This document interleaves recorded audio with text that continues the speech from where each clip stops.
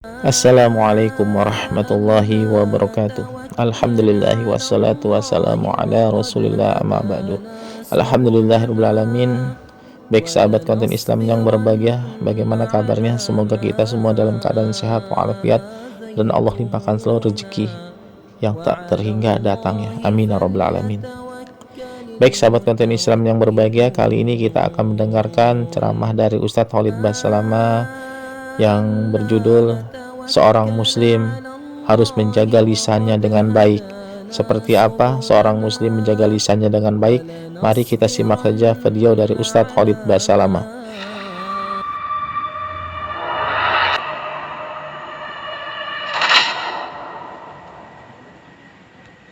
Hati-hati sekali, terutama di zaman kita sekarang adalah perkataan-perkataan atau komen-komen. Kita mulai dari situ misalnya di medsos ini. Saya sering melihat ada cuplikan tertentu misalnya. Cuplikan ini ada orang yang mengangkatnya dengan tujuan mungkin memberikan informasi ke masyarakat. Dia mungkin apakah memang dia sengaja membuat informasi buruk atau judul yang mengkritik sehingga akhirnya mengganggu publik, ya, atau orang yang akan menanggapi. Tapi yang unik ini di bawah, orang ribut semuanya, pro kontra, berantem di situ, saling caci maki hanya karena cuplikan satu. Ini manfaatnya buat kita apa? Kira-kira tanggapan itu akan didengar oleh mereka? Kalaupun iya, sesuatu yang sudah kita ucapkan bernilai dosa. Tidak boleh sembarangan. Maka ini yang perlu digarisbawahi. Banyak sekali orang seperti itu. Mereka yang pertama contohnya merusak, ya, citra dia, nama baik dia, dan terjerumus dalam dosa tanpa dia sadari di medsos dengan tanggapan-tanggapannya. Misal contoh. Kemudian juga banyak orang karena dia menjadikan ini contoh yang kedua, kebiasaan. Mungkin niatnya awal bercanda. Misal dia lagi bercanda sama temannya, terus dia mengucapkan kata-kata buruk. Ya. Apalah kata-kata buruk itu? Mungkin karena materi kita justru berhubungan dengan masalah ini, tidak mungkin kita berikan contoh. Tapi banyak orang mengucapkan kalimat itu. Bahkan kadang-kadang mendoakan dirinya sendiri. Ya. Matilah saya, celakalah saya, gitu kan. Kalau begini, saya akan dikalahkan, saya tidak akan sembuh. Ya. Atau misalnya keluar makanan, dihidangkan makanan, dia lihat buruk penampilannya, buruk sekali makanan ini, jorok yang seterusnya, dan segala macam kalimat-kalimat seperti ini. Nah semua ini, atau dia bilang sama temannya, celaka kamu, matilah kamu, bodoh kamu ini. Walaupun bercanda, ini semua masuk dalam kalimat badhi, masuk dalam larangan, tidak boleh sama sekali. Ya. Saya menyebutkan ini bukan untuk menjatuhkan, karena kebetulan juga saya dari Makassar gitu kan. Tapi ada tradisi kami di Makassar, biasanya kalau misalnya dia apalah kaget dengan sesuatu atau apa, dia sering menggunakan matima. Matima ini semoga saya mati, gitu. Mungkin dia niatnya dia apa sih, kayak semacam menyesal atau hati-hati. Tapi kalimat ini bahaya ini. Saya kalau jalan sama ikhwan kadang-kadang masih ada mengucap, saya ingatkan, akhi jangan. Karena memang ada larangan Nabi SAW itu. Kata Nabi SAW, jangan kalian berharap kematian. Kalau pun sudah tidak bisa tahan, maka ucapkanlah, ya Allah, hidupkan aku kalau hidup lebih baik bagi aku, matikan aku kalau mati lebih baik bagi aku. Ini contoh saja. Kami juga punya tradisi, saya tidak tahu di kota lain, saya bicara ini untuk memperbaiki keadaannya. Kadang-kadang bercanda antara teman sama teman, misal temannya lagi dihidangkan makan, gitu kan? Ini makan. Terus dia, karena akrabnya sama temannya, dia suka mengatakan, makan mie bodoh. Ada kalimat bodoh ini. Padahal dia suruh temannya makan. Kenapa harus ada bodoh ini? Contoh saja. Ini sebenarnya kita perbaiki, tujuannya perbaiki. Bukan masalah menghina atau menyalahkan gitu kan. Tapi saya menemukan hal-hal ini harus diperbaiki, nggak bisa dibiarkan. Karena kalimat mengucapkan bodoh, ya, buat dirinya, buat orang lain, ini termasuk kalimat badhi yang tidak boleh. Karena ini mengandung makna yang kurang baik, ya. Larangannya itu ada. Syekh Salim Al-Hilali menyebutkan dalam salah satu buku beliau, ya, beliau mengatakan bahwasanya Larangan menurut Al-Quran dan Sunnah mengungkapkan kenistaan, perbuatan dan perkataan kotor. Dan itu hukumnya adalah haram. Dan itu bukan sifat seorang mukmin. Tindakan itu akan mengundang aib serta merendahkan martabat orang lain serta juga martabat dirinya sendiri. Contoh saja gitu kan. Jadi contoh itu betul-betul sangat real di lapangan yang harusnya kita perbaiki. Mungkin teman-teman lebih paham masalah itu pada saat bercanda sama teman-temannya gitu kan. Akan apa sih digunakan bahasa itu tadi contoh yang saya lihat sendiri, yang saya coba menyampaikan bukan sekali lagi untuk menjatuhkan tapi tujuannya untuk memperbaiki gitu kan. Supaya jangan menggunakan kata ini. Kenapa kita tidak ganti misalnya bodoh dengan pintar? Ya. Kenapa kita tidak mengucapkan kata-kata buruk kita ganti dengan kata-kata baik misalnya? Ya. Contoh saja. Bahkan saya temukan ini tidak sering suami istri. Ya. Tidak salah, itu sering terjadi. Saya pernah berjalan dengan panitia pengajian, saya pernah pengajian diantar suami istri, itu ternyata di mobil itu sambil ngobrol, si istri manggil dengan julukan tertentu, suami juga panggil julukan tertentu. Karena sering diucapin saya tanya, apa itu akhi? Oh ini waktu dulu sering begini dan begitu. Dan itu panggilan tidak baik. Si istri panggil seakan-akan ngolok-ngolok suaminya, si suami juga panggil ngolok-ngolok istrinya. Tanpa mereka sadari ini bahaya, ini bisa masuk dalam bedhi. Untuk apa kita ucapin kalimat itu? Walaupun kita niatnya bercanda, gitu kan? Pernah Aisyah mengucapkan kalimat tentang Sofia radhiyallahu anhunna ajma'in. Kata Aisyah begini, ya Rasulullah, cukuplah engkau dari wanita Yahudi yang pendek itu. Kalimat saja, pendek. Mungkin memang postur tubuhnya pendek gitu kan. Tapi kalimat itu apa kata Nabi SAW? Wahai Aisyah, kau sudah mengucapkan kalimat, kalau seandainya ditaruh di laut, rusak laut itu. Kalau dosamu itu nanti dosa dari kalimat ini ditaruh di laut, rusak laut itu. Padahal laut itu begitu luas. Gitu kan. Ini saking besarnya bobot kalimat tersebut. Artinya tidak boleh mengucapkan. Untuk apa kita ucapkan gitu? Seperti itulah. Nabi SAW bersabda sebagai peringatan dan penting, ini hadis riwayat Muslim, apapun yang ada di antara dua orang yang saling mengumpat, saling menyerang, ia merupakan sebuah dosa bagi orang yang mulai memicunya. Jadi kalau seandainya antum mulai mencaci maki orang, mulai menggibahnya, sehingga akhirnya antum dibalas, gitu kan? Maka dosa yang menumpuk justru kepada orang yang memicunya, yang memulainya. Jika orang yang disakiti tidak melangkah untuk melakukan perlawanan atau tidak membalas, karena kalau dia juga balas sudah dianggap impas.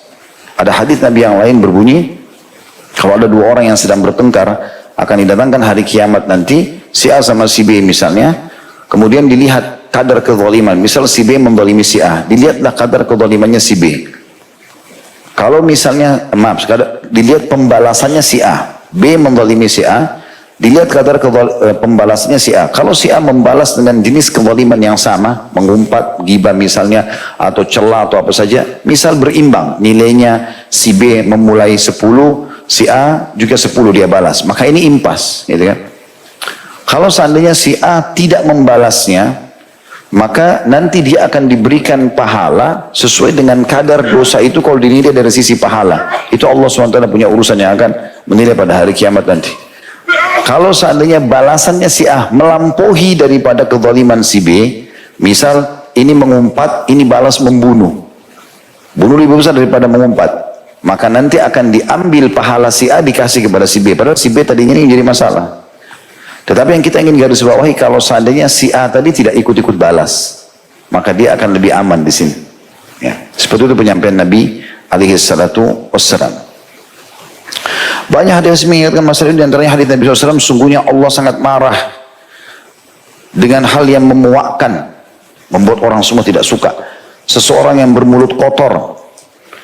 Juga Nabi SAW dalam hadis yang masyhur tentang masalah bangkrut, kita sudah tahu hadis itu tentunya, yang datang hari kiamat benar mencaci maki orang yang memukul orang itu, mengambil hak orang, akhirnya diambil pahala-pahala, dia dibagikan ke orang-orang tersebut, kalau habis dosa-dosa mereka ditimpahkan.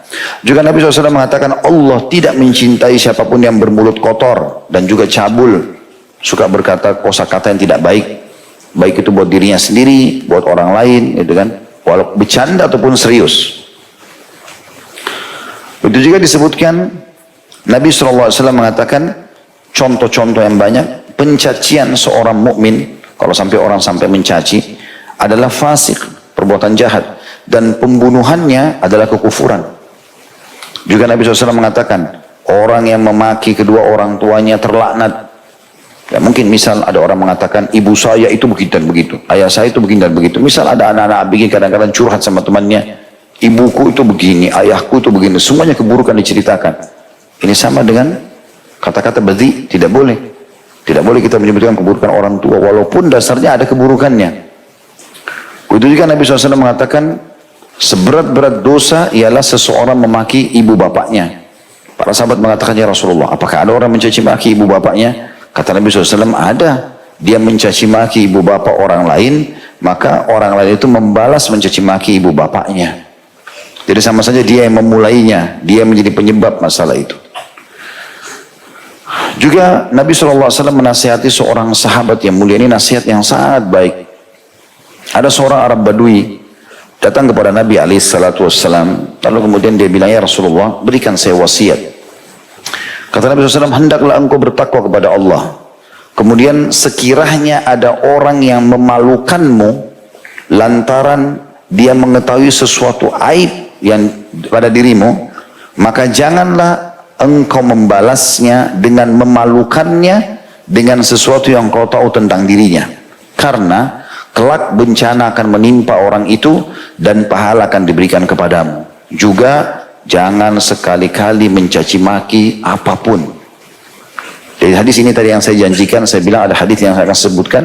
Nabi SAW ingatkan laki-laki orang Badui ini, bertakwa kepada Allah. Selalu kau takut, Allah perintahkan kerjakan, Allah larang jauhi. Dan ingat, kalau seandainya ada orang sengaja tahu ada aibmu, dia sebarluaskan. Dia sebarluaskan sekali. Jangan kau balas itu dengan aib dia yang kau tahu juga untuk kau sebarkan. Tidak usah balas dengan itu. Karena Nabi SAW menjamin bencana akan menimpa orang tersebut dan kau akan diberikan nilai pahalanya. Kau akan diberikan nilai pahalanya.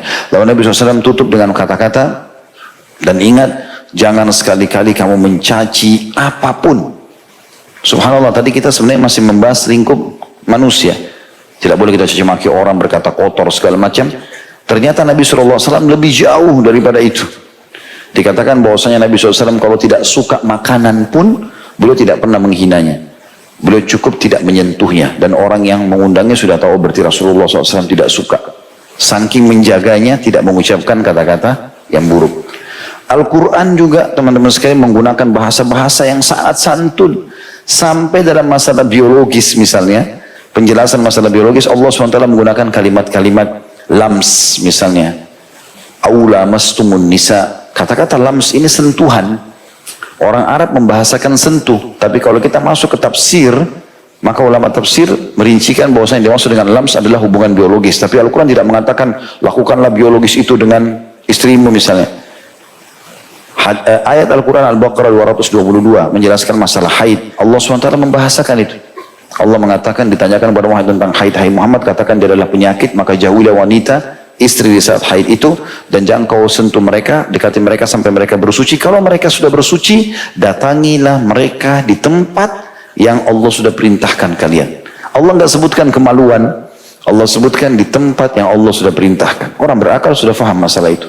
Saking menjaganya bahasa-bahasa santun seperti ini, bahasa sindiran, gitu kan. Dan Ibnu Mas'ud radhiyallahu anhu menyebutkan bahwasanya Allah Subhanahu wa taala yang Maha hidup dan Maha suci selalu menggunakan bahasa-bahasa yang baik sampai-sampai membahasakan persetubuhan dengan bersentuhan kulit. Jadi tidak langsung, gitu. Nabi SAW bersabda, bukanlah seorang mukmin pencaci, pelaknat, bukan yang suka berkata kotor dan lidahnya suka menyebut kata-kata hina. Sesungguhnya Allah tidak suka kepada orang yang bercakap kotor, berlaku cabul, suka berteriak-teriak di pasar. Sebenarnya di pasar itu umumnya orang teriak, ya, dia mau panggil pembeli atau mungkin dia mau jual barangnya, ya. Tapi subhanallah orang mukmin disuruh jaga, pasar pun nggak boleh teriak. Cara yang baik, nggak usah teriak-teriak, ya, kan? Ini termasuk larangan di dalam hadis. Bukan cuma itu teman-teman sekalian, Nabi SAW melarang kita mencaci maki orang-orang kafir. kita boleh menyalahkan sikapnya, mencaci maki fisiknya, tidak dibolehkan. Jangan hidup, yang sudah mati pun begitu. Nah dalilnya sebenarnya kita ambil dalil tentang orang kafir yang mati di Badr ya. Tapi kalau orang mati saja Nabi larang begini, apalagi orang hidup. Nabi SAW disebutkan dalam hadis, ya, sebuah hadis yang sahih, beliau berkata kepada para sahabat, janganlah, karena para sahabat ini pada saat sudah mengumpulkan Abu Jahal, Umayyah bin Khalaf, Syaibah, Utbah, orang-orang jahat di perang Badar ini, yang memang dasarnya di Mekah suka mencaci maki Islam, keluar dengan pedangnya, dengan hartanya untuk memerangi Islam, mati semua di depan para sahabat. Ini tinggal sahabat mau apa saja terserah, mau ditendangin, mau dicaci maki, sudah jadi mayit juga, gitu kan, dalam keadaan kafir. Tapi Nabi SAW wasiatkan mereka pada saat dikumpulkan jenazah itu, ditarik, dimasukkan ke dalam satu sumur, kecuali jenazahnya Abu Jahal, karena kecuali jenazahnya Umayyah bin Khalaf, karena sudah membengkak, dalam buku sejarah dikatakan, dan kalau ditarik tubuhnya bisa tercopot, gitu kan, maka ditumpukin dengan batu oleh para sahabat. Yang lain dimasukkan dalam sumur. Lalu Nabi SAW berwasiat, jangan kalian memaki-maki mereka, yakni orang-orang musyrik yang telah terbunuh dalam perang Badr, sebab caci makimu itu tidak akan memberikan apa-apa kesan kepada mereka, nggak akan menambah hukuman Allah pada mereka, nggak akan juga memberikan manfaat buat kamu, malah sebaliknya kata Nabi, kau akan menyakiti hati orang-orang yang masih hidup, ya, dari keluarga si mayit itu. Ketahuilah bahwasanya kata-kata yang kotor itu adalah satu kejahatan. Padahal ini mayitnya orang kafir di depan mata yang sudah jelas-jelas keluar ingin memerangi Islam. Nabi SAW masih larang, tidak boleh mencaci maki mereka, tidak boleh. Ini penting sekali dulu guys, apalagi kalau orang kafir masih hidup. Sebagian ulama memberikan rukhsah keringanan, bolehnya menghina atau mencaci maki sikap perbuatan. Misal perzinahan, misal sikap apa ya. Perbuatan buruk ini memang dasarnya gitu kan, tidak disenangi. Allah Subhanahu wa taala melaknat pencuri, melaknat orang begini dan begitu. Maka perbuatan curiannya itu loh, kan? Pencurian itu tidak baik, itu dilaknat oleh Allah, misal contoh. Tapi pelakunya nggak usah, datang hukuman Allah sudah cukup. Ya, hukuman Allah sudah cukup. Saya pernah kasih contoh teman-teman. Sekarang kalau kita keluar masjid sendalnya hilang, banyak orang melakukan perbuatan yang salah. Begitu sendalnya hilang marah-marah, keluarlah cacian-cacian yang dia ucapkan. Pencuri berdosa dengan curian sendalnya, antum berdosa dengan caciannya. Tidak ada hubungannya dia mencuri dengan antum caci maki. Inilah itulah, keluar semua kebun binatang, gitu kan. Tidak ada gunanya. Manfaatnya apa? Kembali sendal antum sudah caci maki. Tidak. Dia berdosa dengan curian. Ini kita berdosa dengan cacian kita. Tahu apa yang harus dilakukan Ustaz? Ya solusi. Kalau ada masalah dalam Islam, ingat 6 huruf itu. Solusinya apa? Kata Nabi SAW, kalau telah terjadi sesuatu jangan ucapkan kalau seandainya. Karena kalau buka pintu syaitan. Ucapkan qadarullah ma syaa fa'al. Allah takdirkan dan sudah terjadi. Allah sudah takdirkan dan sudah terjadi. Udah, tugas kita adalah cari tahu. Oh iya, di mana di sini? Ikhtiar. Enggak ada ya sudah. Lalu kita kembali kepada hadis Nabi SAW, hadis qudsi, hadis sahih. Kata Nabi SAW, Allah berfirman, ana inda dhanna 'abdi bih. Aku sesuai dengan prasangkaan hambaku padaku. Kalau kita sangka baik dengan Allah, oh mungkin sendal itu ada uang haramnya, Allah mau saya ganti sendal halal. Atau mungkin saya niatkan aja sedekah sendal itu, sekarang tinggal beli sendal 50 ribu, 100 ribu satu pasang, pakai, selesai. Anggap itu sudah tidak ada, selesai. Mudah hidup ya, gitu loh. Nggak penuh dengan segala macam hal. Ada orang hilang sendalnya 10 tahun pun dikenang, gitu kan. Tuh di masjid itu tuh sendal saya pernah hilang, mereknya ini. Apa manfaatnya? Kembali sendalnya? Nggak ada kembali. Apa manfaatnya? Justru kata-kata ini dikhawatirkan malah jadi masalah karena dia akan mengucapkan banyak kata-kata yang tidak baik, gitu ya. Ini mirip juga orang-orang yang banyak main game, ya. Kemudian kalah, ribut, caci maki, TV dia caci maki, ya. Aktor situ caci maki. Apa hubungannya? Hah? Apa salahnya TV? Apa salahnya alat game itu? Contoh saja. Tapi begitu, caci maki keluar kata-kata yang tidak benar. Ini bahaya. Kalau kita sudah pernah membuka pintu itu teman-teman, yang jadi masalah ini kebiasaan buruk. Kalau kita sudah buka, nanti terekam di alam bawah sadar kita. Spontan pada saat terjadi sesuatu kita ucapin itu nanti. Misal tiba-tiba rem mobil tiba-tiba ucapin kalimat tidak baik. Ini mirip juga sekaligus saya ingatkan teman-teman yang lata-lata ini. Ya. Karena dibiasakan. Dia anggap itu prestasi. Kadang. Iya. Karena awalnya karena dia anggap itu temannya lelucon, ketawa. Lama-lama jadi begitu benar, gitu kan? Padahal sebenarnya itu bisa diperbaiki, bisa kok. Kenapa harus dianggap itu sebuah prestasi? Jadi dianggap itu benar kalau dia ngomong begini, kalau ngomongin temannya makin kerjain dia, makin ini tidak boleh semuanya. Masuk dalam badhi, baik si pelakunya ataupun orang yang menggodanya. Tidak boleh kita lakukan itu. Mesti sebaiknya kita coba dengan niat baik. Ini lama-lama lebih niat kita niat baik. Kalau ada teman kita latih dia supaya dia bisa berubah. Kita jangan masuk ke alam yang mengundang dia untuk itu. Tapi kita coba berbahasa dengan bahasa-bahasa yang baik misalnya. Sehingga dia mulai merespon komunikasi dengan kita dengan baik. Insya Allah lama-lama jadi hilang itu. Dengan sendirinya. Gitu kan? Jadi kebiasaan itu kalau sudah dilakukan teman-teman sekalian nanti akan sulit untuk ditinggalkan. Dan itu nanti jadi pola. Ingat. Ini bahasan lain ya, tapi hadisnya mirip, kasusnya sama. Waktu ada seorang sahabat pernah makan di hadapan Nabi SAW, makan dengan tangan kiri. Nabi SAW bilang, ganti ke tangan kanan. Dia bilang, tidak bisa ya Rasulullah. Apa kata Nabi SAW? Semoga kau tidak bisa. Semoga kau tidak bisa mengangkat tanganmu. Semoga kau tidak bisa, maksudnya mengalihkan ke tangan kanan. Maka semenjak itu, dia tidak pernah bisa mengangkat lagi, menggunakan kedua tangannya masuk ke mulutnya. Ulama hadis merincikan bahwasanya hadis ini adalah lanjutannya. Nabi SAW mengatakan sesungguhnya dia tidak meninggalkan itu kecuali karena kesombongan. Artinya tadi dia bisa sebenarnya. Cuma dia mau tunjukkan pada Nabi, saya nggak bisa, memang sudah dasarnya begini, apa boleh buat. Padahal sebenarnya dia bisa, cuma dia tidak mau. Niat saja seperti itu sudah membuat akhirnya sesuai dengan niat dia. Dan ini berbahaya sebenarnya. Nabi SAW sudah mengingatkan juga dalam banyak sekali hadis-hadis yang lain. Seperti misalnya hadis yang masyhur ya. Ini sudah kita tahu sama-sama hadis Bukhari, Muslim. Man kana yu'minu billahi wal yawmil akhir falyaqul khairan aw liyasmut. Sampai mengaku beriman pada Allah hari akhir maka dia harus mengatakan yang baik atau dia diam, gitu kan. Maka orang mukmin harus jauh dari sifat suka mencaci maki orang, mencaci maki dirinya, gemar melaknat atau mendoakan yang buruk-buruk, gitu kan. Suka berbuat dan berbicara keji, mengumbar kata-kata jorok, ya apapun sifatnya, semua harus dijauhi. Karena itu akan mencoreng keimanannya, dan kapan memang dia niatkan keburukan, secara otomatis masuk dalam istilah bahasan kita pada malam ini, atau diistilahkan dengan badhi. Kita tutup teman-teman sekalian dengan hadis-hadis yang mulia, atau hadis Anas radhiyallahu anhu yang mengatakan bahwasanya Nabi SAW tidak pernah sekalipun mengucapkan kata-kata yang tidak baik, ya. Tidak pernah mengucapkan kata kasar. Kalau Nabi SAW pun ingin menegur orang, Nabi mengatakan apa? Kenapa ya ada kaum yang begini? Contoh, riwayat Bukhari. Pernah ada orang-orang meninggalkan sholat Jumat. Setiap Jumat tidak hadir di masjid. Nabi SAW tahu mereka nggak Jumat. Lalu Nabi SAW ada semimbar, lalu beliau berkata, kenapa ada kaum yang selalu meninggalkan Jumat?